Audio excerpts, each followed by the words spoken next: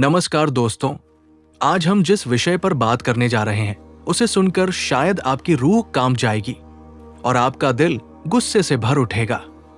ये कहानी किसी फिल्म की नहीं, बल्कि हमारे ही समाज के बीच की एक ऐसी खौफनाक हकीकत है जिसने इंसानियत के वजूद पर एक बहुत बड़ा सवालिया निशान लगा दिया है।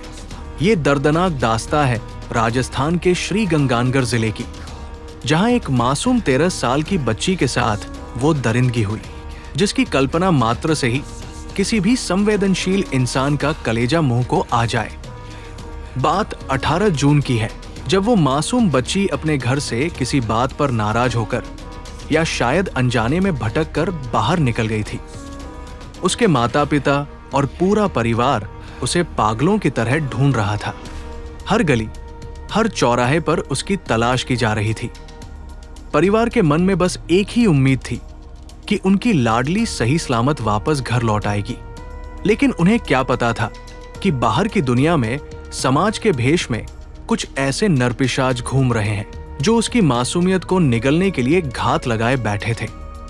रास्ते में उस अकेली, सहमी और बेबस बच्ची को एक ई-रिक्शा चालक मिला।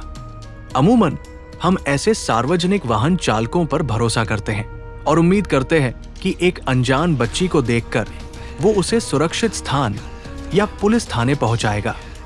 लेकिन उस ड्राइवर के भीतर का इंसान मर चुका था। उसने चंद रुपयों के लालच में आकर उस बेबस बच्ची की सौदेबाजी कर डाली और उसे स्थानीय होटलों के हवाले कर दिया।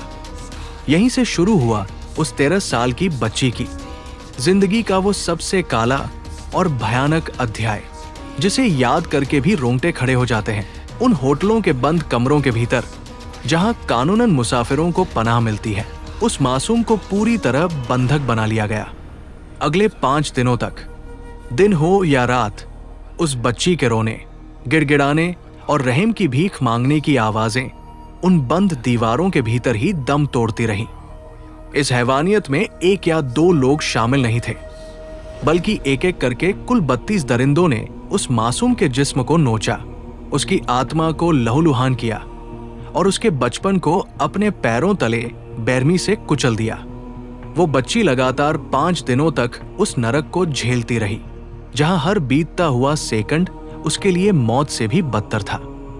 जब ये पूरा मामला पुलिस के सामने आया और सोशल मीडिया से लेकर देश की सड़कों तक इसकी गूंज पहुंची, तो पूरे देश का गुस्सा 7वें आसमान पर पहुंच गया। हर नागरिक के मन में सिर्फ एक ही सवाल था कि क्या हमारी बेटियां इतनी असुरक्षित है कि 32 लोग मिलकर एक मासूम की जिंदगी तबाह कर देते हैं और समाज को भनक तक नहीं लगती। मामले की संवेदनशीलता और जनता के भारी आक्रोश को देखते हुए राजस्थान पुलिस तुरंत हरकत में आई। पुलिस की कई टीमों ने मिलकर ताबड़तोड़ छापेमारी शुरू की।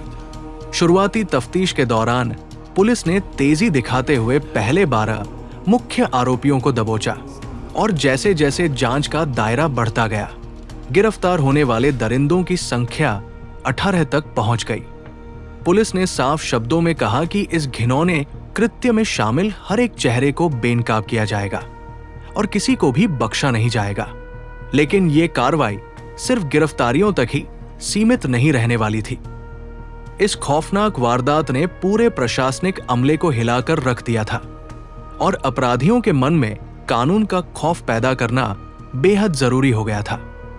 इसलिए प्रशासन ने एक बहुत बड़ा और सख्त कदम उठाने का फैसला किया। देर रात, जब पूरा शहर सो रहा था, पुलिस बल के साथ प्रशासनिक अधिकारियों का एक बड़ा दस्ता उस इलाके में दाखिल हुआ जहां वे होटल स्थित थे। उनके साथ थे बड़े बड़े पीले बुलडोजर। उन 4 होटलों को, जहां उस मासूम बच्ची के साथ ये जघन्य अपराध हुआ था, पुलिस ने चारों तरफ से घेर लिया ताकि सुरक्षा व्यवस्था में कोई चूक न हो। और फिर देखते ही देखते प्रशासन का बुलडोजर उन इमारतों पर गरज उठा। कुछ ही घंटों में उन 4 होटलों को जमींदोज कर दिया गया जो उस हैवानियत के गवाह बने थे। प्रशासन का ये सख्त कदम समाज को और अपराधियों को ये कड़ा संदेश देने के लिए था कि जो कोई भी ऐसी दरिंदगी को पनाह देगा या उसमें सहयोग करेगा, उसका नामो निशान मिटा दिया जाएगा। इस कड़े एक्शन को देखकर भले ही लोगों को लगा हो कि न्याय की शुरुआत हुई है, लेकिन सबसे बड़ा और कड़वा सवाल आज भी अपनी जगह खड़ा है कि क्या इन बुलडोजरों के चलने से उस बच्ची का छिन चुका बचपन वापस आ पाएगा? क्या हम वाकई अपनी आने वाली पीढ़ी को एक सुरक्षित माहौल दे पा रहे हैं, या हम सिर्फ घटनाओं के बाद जागने वाले समाज का हिस्सा बनकर रह गए हैं?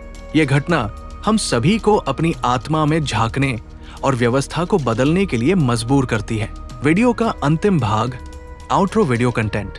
दोस्तों, ऐसी दर्दनाक घटनाओं पर सिर्फ दुख जताना या मोमबत्तियां जलाना काफी नहीं है। अगर हमें अपनी बेटियों और बच्चों को एक सुरक्षित भविष्य देना है, तो हमें एक समाज और व्यवस्था के तौर पर तुरंत इन कड़े कदमों को उठाना होगा। होटलों और लॉज की सख्त और नियमित चेकिंग। देश के हर छोटे बड़े होटल, गेस्ट हाउस और लॉज के लिए स्थानीय प्रशासन द्वारा कड़े नियम बनाए जाने चाहिए। हर होटल के प्रवेश द्वार, गलियारों और लॉबी में 24 घंटे चालू रहने वाले सीसीटीवी कैमरे अनिवार्य होने चाहिए। पुलिस को बिना किसी पूर्व सूचना के इन होटलों की रैंडम चेकिंग करनी चाहिए, और यदि कोई भी संदिग्ध गतिविधि या बिना पहचान पत्र के किसी नाबालिग को ठहराया पाया जाए, तो उस होटल का लाइसेंस तुरंत रद्द कर मालिक को जेल भेजा जाना चाहिए। सार्वजनिक परिवहन चालकों का कड़ा police verification, auto, e rickshaw, cab और बस चालकों का बैकग्राउंड चेक और पुलिस वेरिफिकेशन बेहद सख्त होना चाहिए। हर सार्वजनिक वाहन में एक विशेष क्यूआर कोड या हेल्पलाइन नंबर साफ अक्षरों में लिखा होना चाहिए। यदि कोई भी चालक किसी अकेले बच्चे या महिला को संदिग्ध स्थिति में देखता है, तो उसकी जिम्मेदारी होनी चाहिए कि वो तुरंत पुलिस को सूचित करे। अगर कोई ड्राइवर इस मामले की तरह अपराधियों का साथ देता है, तो उसे भी मुख्य अपराधी के बराबर ही सजा मिलनी चाहिए। फास्ट ट्रैक कोर्ट और त्वरित न्याय। ऐसे जघन्य अपराधों के मामलों में न्याय मिलने में सालों का वक्त नहीं लगना चाहिए। पॉक्सो एक्ट के तहत दर्ज होने वाले इन मामलों का निपटारा फास्ट ट्रैक अदालतों में अधिकतम 3 से 6 महीने के भीतर होना चाहिए।